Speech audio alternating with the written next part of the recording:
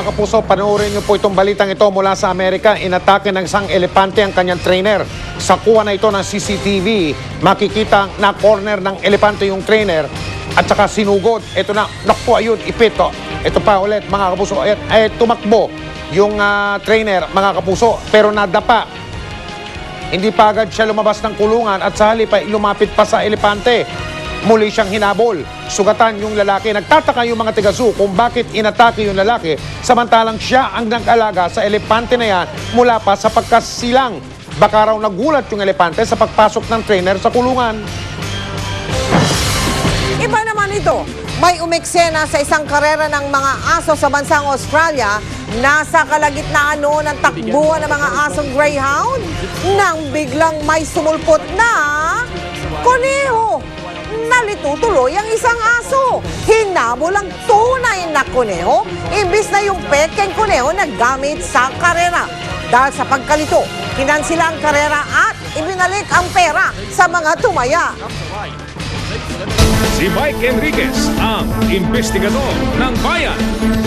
Isang tulay sa Likab, Nueva Ecija na napinsala ng Bagyong Ondoy noong isang taon na hindi pa rin tuloy ang nagagawa.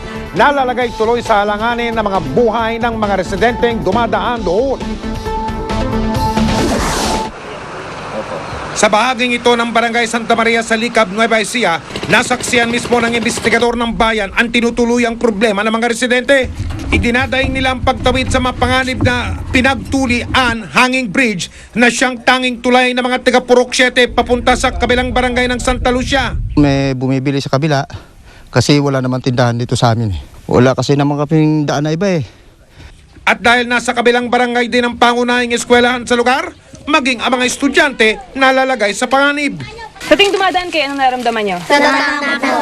Kasi po, butas-butas na po, baka po malusot po yung mga paa namin.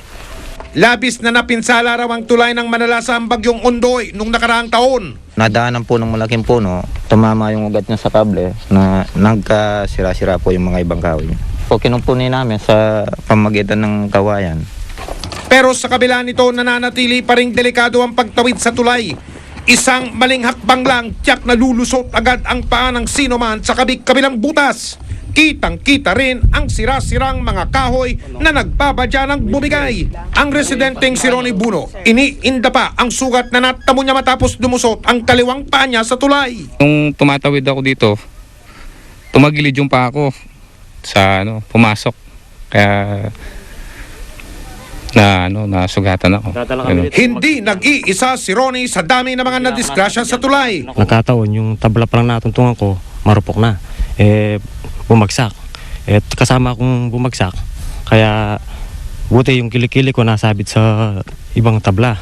Nalaglag po Dahil nabali po yung kahoy. Nakalangoy naman ako dito sa gilid yung ganon. Kahit mga estudyante hindi nilayuan ng disgrasya. Nahulog po yung paa ko. Dahil po dun sa butas na hindi ko po nakita. Na-shoot po yung paa ko, nagkasugat-sugat po. Ikaw rin? Opo, hindi po nun ako nakapasok.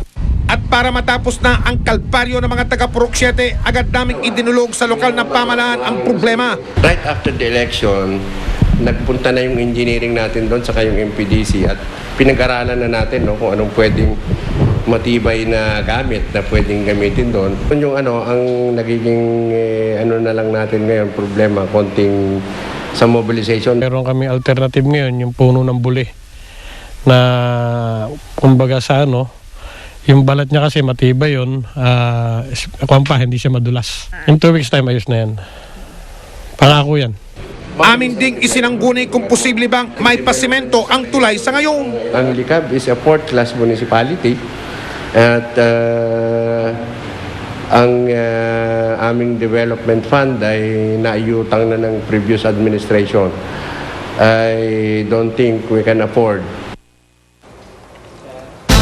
Aasahan namin ang agarang pagsasayos ng pinagtulian hanging bridge at sana'y masikaso rin ng lokal na pamahalaan ng pagpapasimento sa tulay sa oras na mabigyan sila ng kaukulang pondo. Ang bagay na ito ay patuloy naming tututukan at paalala sa mga kinaukulan, hindi namin kayo tatantanan. Nilinaw po ng Pag-asa, walang bagyo ngayon. Ang malakas na ulan kanina ay dulot daw ng Intertropical Convergence Zone. Ayon pa sa Pag-asa, posibleng ulanin ang kauna-unahang State of the Nation address ni Pangulong Noynoy Aquino. Nakatutok si Lala Roque. Bumuhos ang malakas na ulan kaninang hapon sa Metro Manila. May kasama pa itong ilang malalakas na kulog. Ang sinuong ng mga motorista, traffic. Kaya tanong muli ng marami, may bagyo ba? Ayon sa Pag-asa, dulot lang ng Intertropical Convergence Zone o ITCZ ang nangyari. Bagaman may binabantayan daw silang namumuong sama ng panahon. May isa tayong low pressure area na namatan at kaninang hapon ito ay tinatayang nasa line 170 kilometers east ng Giwan Eastern Samar. Within the next 24 hours, hindi naman po natin nasa na magiging bagyo itong nabanggit na low pressure area. No? Bagamat inaasahan magdudulot ito ng mga malawakang pag-ulan dito sa Eastern Visayas at sa buong Mindanao. Tansya rin ni Perez, kung hindi magbabago ng direksyon, malabo na itong maging bagyo dahil haharangan agad ito ng lupa. Gayunman, may mga pag-ulan pa rin mararanasan maging sa Metro Manila.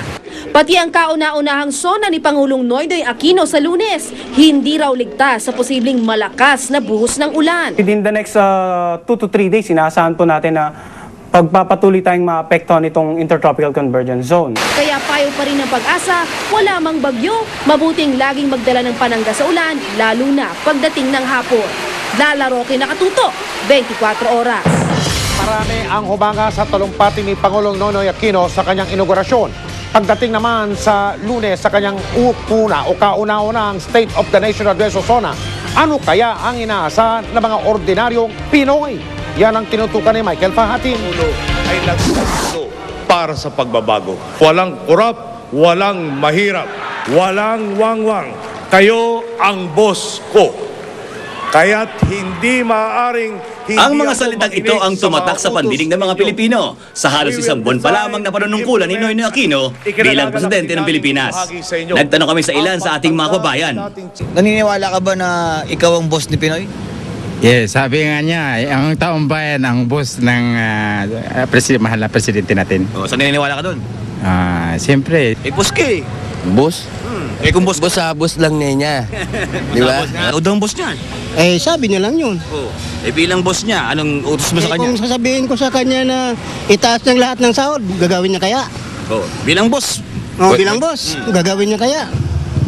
May mga nagsasabi na maaga pa para husgahan ang nagawa ng kanyang administrasyon. Honeymoon period din para sa mga mamayan. Pero kung tataningan, kung pagbabago ang sukatan, Bago pa naman dyan, siyempre, hayaan mo na natin siyang... Mahirapan din kasi siya sa mga 4 years siguro. 4 years pa? Maaari mabago niya yan. Hindi pwedeng mangyari din yan sa 100 days. Hindi rin. Hindi rin. So anong taning mo kung hindi 100 days? Bahala na kung ano mangyayari. 200 days? Pwede siguro. 200? Pwede. O pag wala ba nangyari 200, ang gagawin mo? Ayun na yung hindi na maganda. May patikim na kung ano ang laman ng magiging talumpati ni Pinoy. Pero kung si spokesperson na Sherda ang tatanungin tungkol sa estado ng ating bansa sa ngayon, As spokesperson po, sir, what is your SONA? Ano pong SONA nyo sa publiko? My SONA. I have no SONA, Michael. I'm here as a spokesperson of the president. ano na nga bang estado ng administrasyon at gabinete ni Pinoy sa ngayon? May isa kang adjective, sir. How do you describe this administration in a month's time? Very competent. Magbalik tanaw tayo noong July 27, 2009. Kuha ito ng convoy ni dating Pangulong Gloria Macapagal Arroyo habang papunta sa Kongreso nung huli niyang SONA bilang Pangulo. Bilang Pangulo, maaari talaga siyang gumamit ng wangwang.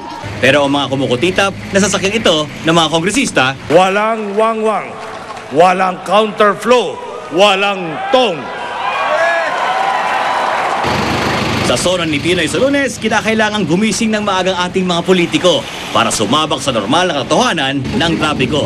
At marahil, gumising na rin sa tunay nilang tungkulin sa publiko. Michael Pahati, nakatutok, 24 oras.